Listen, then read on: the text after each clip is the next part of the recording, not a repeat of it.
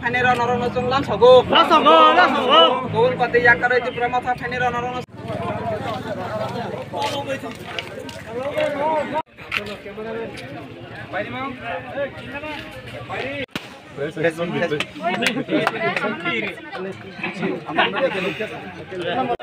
Bobaga, Bobagra, Young long live, Morok the Pha long live, Morok the Pha long live,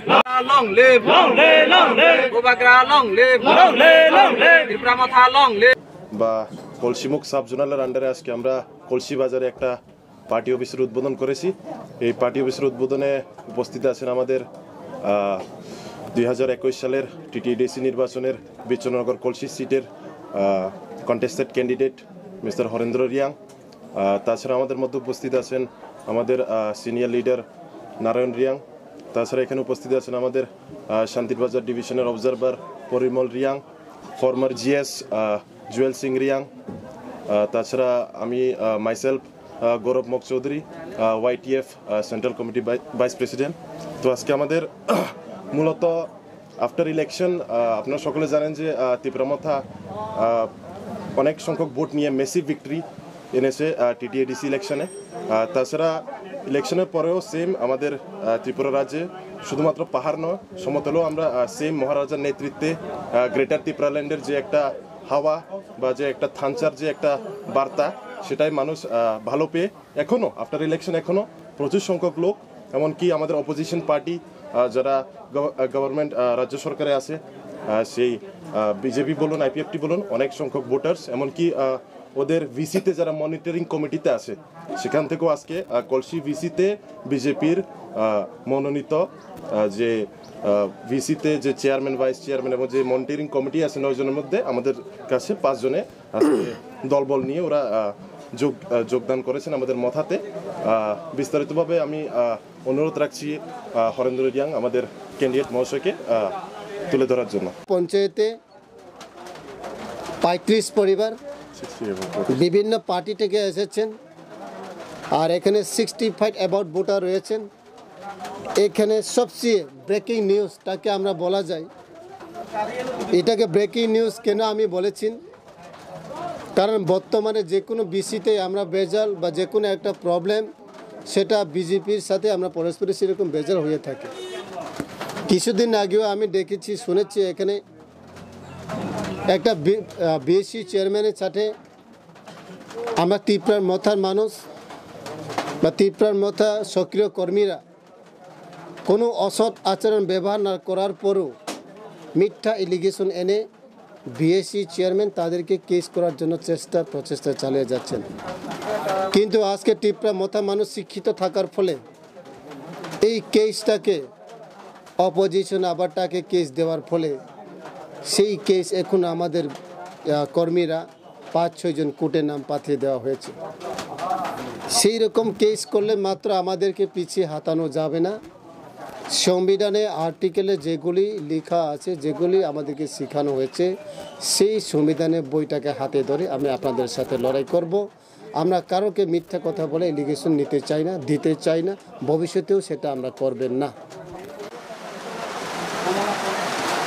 বিগত 25 বছর বামফ্রন্ট সরকার চলাকালেও সেই রকম এডিসিতে নিম্নমানের কাজ হওয়ার সত্ত্বেই আজকে আমরা সকল অংশ ভুক্তভোগী।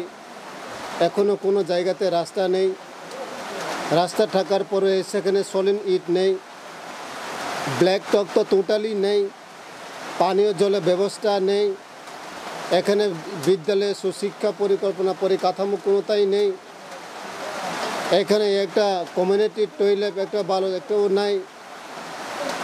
তাহলে এখানে যদি যে কোনো সরকার মানুষের উন্নয়ন পক্ষে যদি মানুষ হয়ে কাজ করে থাকে, আজকে কংগ্রেস 35 বছর, সিপিএম 25 বছর অ্যান্ড বিজেপি 3 বছর হওয়ার পরও আমরা কেন ভুক্তভোগী হয়েছিল আজকে এই জায়গাতে আমরা এইটুকু।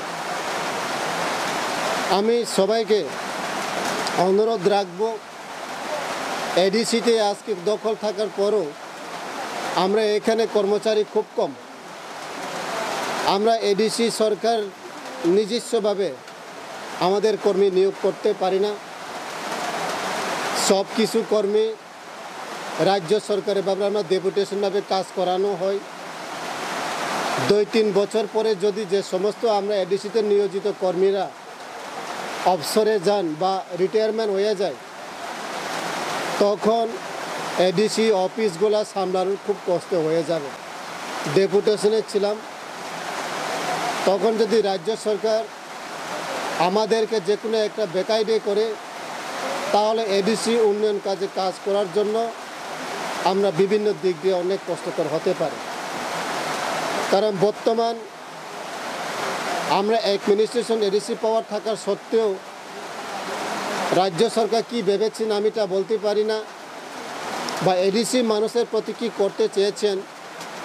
এখনও আমাদের হাতে বিসি বা ভিলেজ কমিটি পঞ্চায়েতদেরগুলিকে পাবলিকদেরকে কাজ দেওয়ার জন্য আমরা কাজ এখনো আগ্রহ থাকার পরও কাজ করতে পারছি না। কোনো সংবিধানের মধ্যে যারা গণতন্ত্রকে বিশ্বাস করে বা যারা গণতন্ত্রকে একটু দেখে শুনে করেন, বোধহয় তারা ভালো করে বুঝবেন আমাদের থেকেও বেশি ক্ষমতা দখল করার পরও এই এলাকাতে পঞ্চায়েত এখন পর্যন্ত আমরা সুষ্ঠুভাবে পরিচালনা করতে পারছি না। কলসি পঞ্চায়েত থেকে 35 পরিবার বিভিন্ন পার্টি ছেড়ে তীব্রমতাতে যোগদান করেছেন। এর মধ্যে 4 জন বর্তমান বিজেপি মনিটরিং কমিটি থেকে আজকে আমরা তীব্রমতাতে জয়েন করেছেন।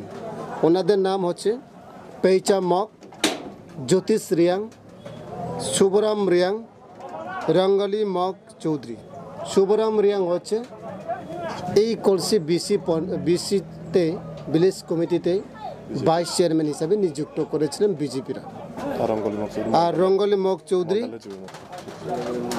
জুলাইবাড়ি যুব মোর্চা সদস্য। আর আরেকজন ছিল এখানে সিটি পাল মজুমদার, উনি DYFI অঞ্চল কমিটির সদস্য। আর নারী সমিতিতেও সেরকম দায়িত্বপ্রাপ্ত। 1997 থেকে তারা CPN করলেও আজকে বৌবাগরা কাজটাকে প্রশংসা করে তারা তীব্রমতাতে জয়েন করেছেন। আমরা আদরভাবে তাকে আমরা ওয়েলকামও জানাচ্ছি। ভাই।